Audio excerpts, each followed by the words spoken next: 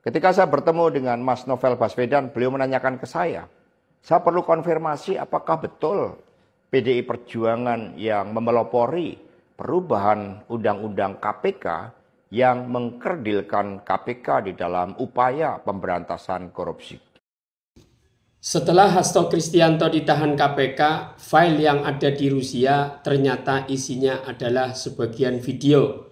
Dan di video itu menjelaskan kronologi tentang Undang-Undang Revisi KPK yang melemahkan KPK dan lain sebagainya. Yuk kita lihat saja bersama-sama videonya. Terima kasih seluruh masyarakat Indonesia yang saya cintai dan banggakan. Cerita ini diawali pada tanggal 7 Mei 2024 ketika saya menghadiri pidato pemilu dan jalan kebudayaan yang disampaikan oleh Prof. Sulistyowati di UI. Di situ saya bertemu dengan Bapak Novel Baswedan, Pak Rocky Gerung, dan tokoh-tokoh civil society lainnya. Ketika saya bertemu dengan Mas Novel Baswedan, beliau menanyakan ke saya perlu konfirmasi apakah betul PDI Perjuangan yang memelopori perubahan Undang-Undang KPK yang mengkerdilkan KPK di dalam upaya pemberantasan korupsi.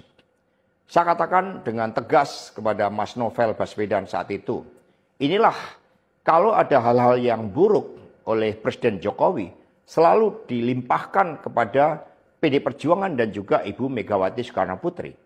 Tetapi ketika ada hal-hal yang positif selalu diambil oleh Presiden Jokowi tanpa menyisakan benefit bagi kepentingan PDI Perjuangan. Mengapa saya katakan seperti itu?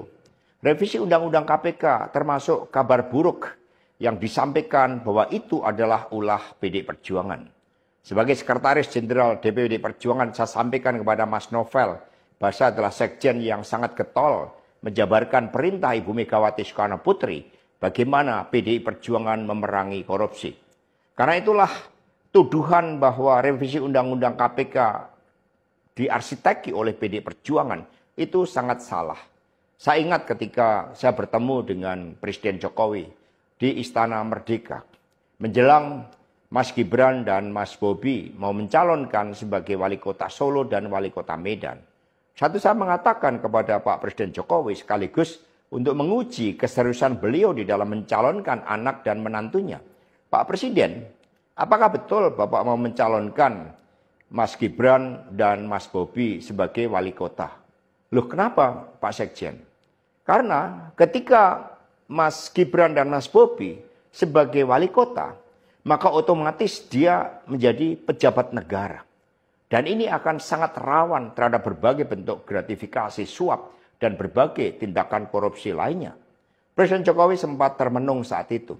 Dan kemudian dari situlah saya merasakan bahwa pertanyaan saya ini sangat mengusik perhatian dari beliau. Karena saya tegaskan bahwa ketika Mas Gibran dan Mas Bobi menjadi wali kota, maka dengan mudah akan terkena operasi tangkap tangan dari KPK dan juga aparat penegak hukum yang lain. Maksud saya bertanya kepada Presiden Jokowi adalah untuk mengingatkan bahwa beliau sudah presiden. Buat apa kemudian anak-anaknya harus menjadi wali kota dan itu mengandung suatu risiko-risiko politik mengingat presiden juga berhadapan dengan begitu banyak pihak-pihak yang selalu mencoba berhadapan dengan Bapak Presiden. Tetapi beberapa saat kemudian saya menerima salah seorang menteri.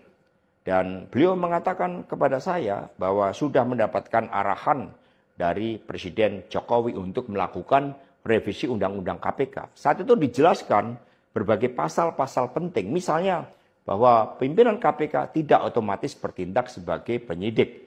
Kemudian ada beberapa pasal-pasal yang tidak memungkinkan bagi penyidik independen untuk bergabung ke KPK.